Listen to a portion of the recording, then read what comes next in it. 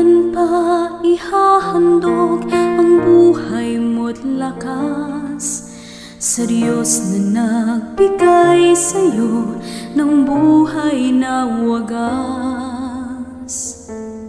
Ang pag-ibig niya'y banal, patuloy mong nakakamtan sa maraming pagkakataon, laan niya'y kapatawaran. At kung ang lahat ay lumipas na,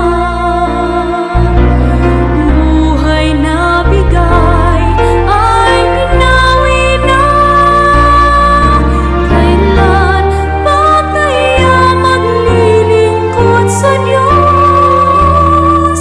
Ito'y sandali, ngayon na.